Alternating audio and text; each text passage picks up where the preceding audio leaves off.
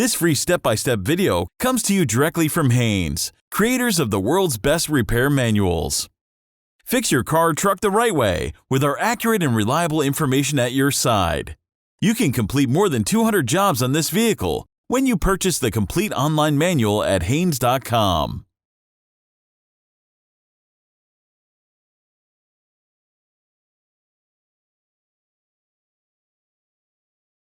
Pull the hood release lever, located on the driver's side kick panel. Lift the hood safety latch and raise the hood upwards. Before removing the auxiliary drive belt, note how it is routed among the various accessory pulleys. If the decal on the upper fan shroud is damaged or missing, make a sketch of drive belt routing before removing the old belt. This can save time and frustration during belt replacement. To replace the belt, rotate the tensioner with a correctly sized wrench to relieve the tension and allow the belt to be slipped off of an accessible pulley, such as the alternator pulley. Carefully release the tensioner to its stopping point and remove the wrench.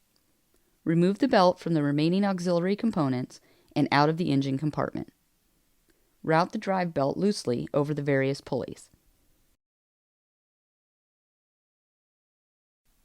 Rotate the tensioner again to allow the belt to be installed, then release the belt tensioner, applying tension to the belt.